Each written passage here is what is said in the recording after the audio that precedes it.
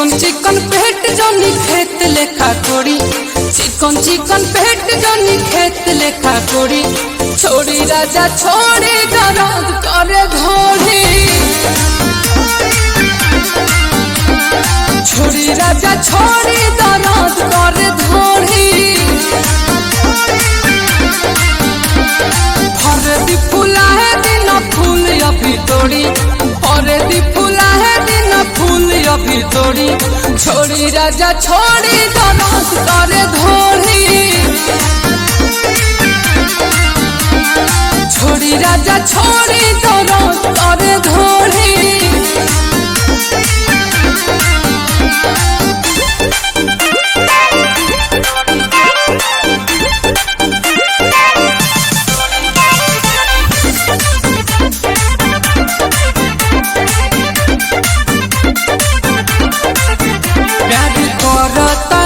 हम मरतानी मन कहिलो के बाद पूरा धरतानी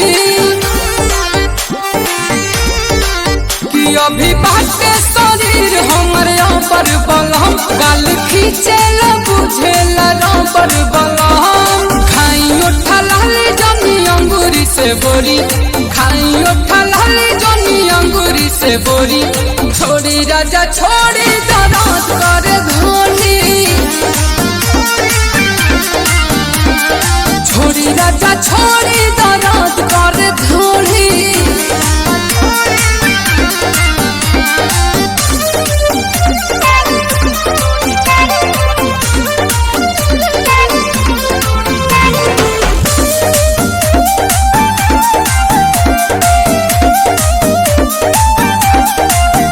देह नरम बाटे होत गरम बाटे, बाकी रह बाटे तनिको न शरम बाटे।